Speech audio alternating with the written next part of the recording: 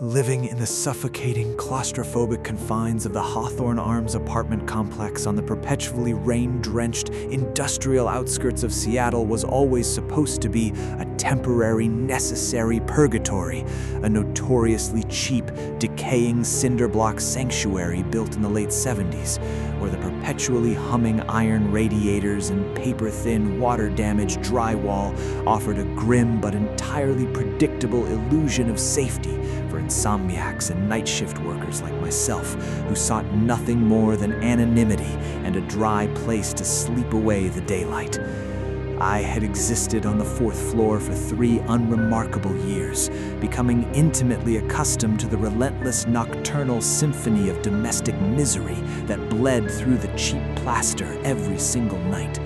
The muffled, drunken arguments echoing through the shared ventilation shafts, the heavy, predictably shuffling footsteps of elderly Mrs. Gable directly above me in apartment 5B, dragging her orthopedic shoes back and forth across her worn floorboards in the dead of night.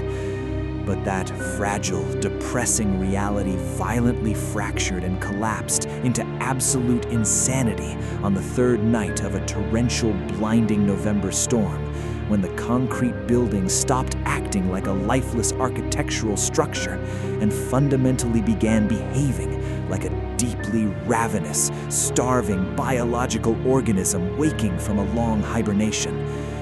It commenced with an incredibly subtle yet fundamentally sickening alteration in the ambient noise of my small apartment.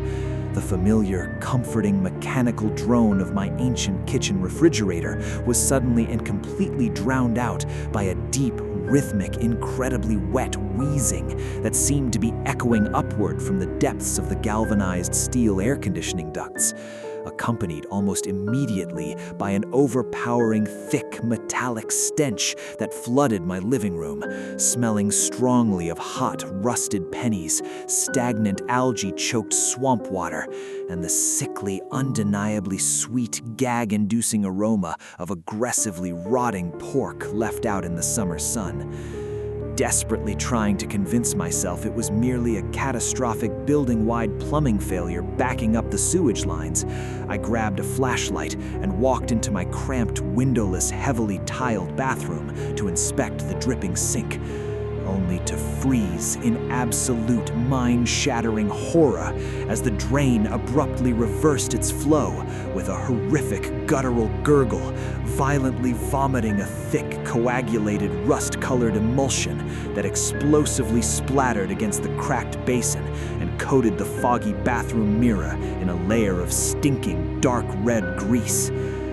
As the foul-smelling, bubbling sludge pooled rapidly around the silver drain, threatening to spill over the edge onto the linoleum,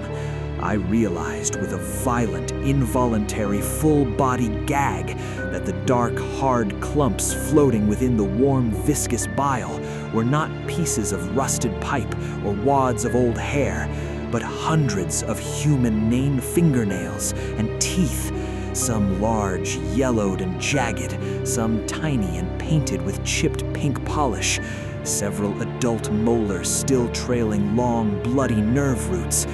all of them violently ripped from their biological moorings and swimming in a nauseating, opaque soup of liquefied human subcutaneous fat and tangled, black, bloody hair. Before I could even attempt to back away from the horrific biohazard overflowing my sink, a massive, violently heavy thud shook the ceiling directly above my head with the force of an earthquake, sending a thick cascade of fine, white, powdery plaster dust raining down onto my shoulders and into my hair, followed immediately by the terrifying sound of something unimaginably massive, dense, and utterly formless, dragging itself across Mrs. Gable's living room floorboards with a wet, heavy, suctioning slap that sounded like a massive slab of raw meat being repeatedly thrown against a slaughterhouse floor, completely and terrifyingly unlike the slow, arthritic, hesitant shuffling of the frail 80-year-old woman I knew lived up there. I stood absolutely frozen, trapped in the tiny footprint of my own bathroom, my flashlight trembling violently in my cold, sweaty grip, listening with agonizing intensity as the wet, horrific, dragging noise slowly circled directly above my head, moving with a predatory, calculating, hunting intelligence, pacing back and forth until the noise suddenly stopped right over my bathroom's air vent, and a single, heavy, perfectly round drop of thick, black, viscous fluid squeezed its way through the rusted metal grate, dropping silently through the air and landing precisely on the bridge of my nose, instantly burning into my skin with the fierce, white-hot, acidic intensity of a localized chemical fire. Screaming in pain and frantically scrubbing the burning, corrosive sludge from my face with a trembling, rough cotton hand towel, I stumbled backward out of the bathroom, knocking over a small table in the hallway, my terrified mind desperately screaming at me to flee the apartment, abandon all my belongings, and get out into the freezing, torrential rain of the Seattle night. But when I lunged forward and grabbed the heavy brass deadbolt of my front door to unlock it, the metal felt unbelievably, uncomfortably warm, actually pulsing and vibrating with a slow, rhythmic, thumping heartbeat that reverberated directly through the brass, into the palm of my arm and straight up the bones of my arm. Ignoring the terrifying sensory input, I violently ripped the door open and sprinted blindly out into the long, narrow, aggressively carpeted hallway of the 4th floor, desperate for the exit stairwell, only to find that the familiar, depressing linear geometry of the building had been fundamentally and violently altered into a surreal, fleshy nightmare. The flickering, cheap fluorescent tubes overhead were no longer emitting harsh white light, but a pale, bruised, necrotic, deep purple glow that illuminated the horrifying, impossible truth of the walls surrounding me on all sides. The cheap, floral-patterned beige wallpaper that had lined these halls for decades was violently blistering and peeling away in massive, wet, heavy strips that hung from the ceiling like dead skin, revealing that the solid drywall beneath had completely transmuted into a vast, uninterrupted expanse of pale, clammy, deeply bruised human flesh, crisscrossed everywhere with thick, throbbing, elevated blue veins that pulsed in perfect, sickening synchronization with the heavy, rhythmic wheezing that was now echoing deafeningly from the open, dark abyss of the main elevator shaft at the end of the hall. The awful, suffocating chemical smell of ozone and advanced putrefaction completely choked the stagnant air, making every desperate, hyperventilating breath feel like I was deeply inhaling crushed fiberglass and hot battery acid, as I looked down and realized with absolute mind-breaking horror that the hallway floor beneath my boots was no longer made of solid wood and concrete, the cheap, brown industrial carpeting actively squished and depressed under my weight with the exact spongy texture and horrifying give of an exposed, punctured lung, physically exhaling a hot, moist, copper-scented breath of decay back up at my ankles with every frantic, panicked step I took toward the heavy metal fire door at the far end of the corridor. Desperate beyond human comprehension to escape this architectural, biological nightmare, I threw my entire body weight against the heavy, rusted metal fire door leading to the emergency stairs, shoving it open into the concrete stairwell. But the horrific sound that instantly greeted me shattered whatever fragile, desperately clinging remnants of sanity still remained in my fractured mind. It was a deafening, overlapping cacophony of agonizing, gurgling screams echoing up from the pitch-black basement levels, blending perfectly together into a single, continuous, digitized, multi-layered howl of pure, unadulterated, infinite human suffering that vibrated the very teeth in my skull. Against every basic, deeply ingrained survival instinct crafted by millions of years of human evolution, I leaned over the rusted, blood-smeared metal railing and peered straight down into the twisting, spiraling, shadowy abyss of the stairwell, witnessing a scene of such profound, grotesque, biblical butchery that my brain actively attempted to shut down to protect itself. The building's overnight maintenance man, a gentle, heavy-set giant named Dave who always wore a blue denim jacket, was violently pinned against the concrete landing of the 2nd floor. But he wasn't just physically trapped beneath fallen debris, he was being actively, slowly, and methodically digested by the building itself. The hard concrete of the stairs had completely softened and mutated into a translucent, acidic, membranous stomach lining that had swallowed Dave entirely up to his waist, fusing his denim-clad legs and heavy work boots permanently into the living architecture of the floor, while thick, pulsing, wet cords of gray, sinewy flesh had violently erupted from the cinderblock walls, piercing directly through his blue jacket and shattering his ribcage, wrapping violently around his exposed, rapidly beating heart and lungs like parasitic blood-sucking vines feeding on his circulatory system. Dave was somehow still alive, looking directly up the stairwell at me, his eyes stretched wide, totally bloodshot and actively weeping thick tears of that same black acidic fluid I had encountered in my bathroom. And he was desperately begging for my help, screaming for me to go get a gun, to shoot him in the head, to drop a knife down to him, to do absolutely anything to end the excruciating pain of being eaten alive by the structure. But the truly horrifying, reality-breaking detail was that his actual jaw had been completely dissolved and sealed over by a smooth, seamless, pale sheet of unbroken skin stretching from his nose to his collarbone. The clear, perfectly articulated, desperate begging was instead projecting directly from a massive, gaping, razor-sharp, teeth-lined laceration that had violently ripped itself open horizontally across the front of his bleeding throat, the makeshift mouth moving in perfect, sickening sync with his pleas.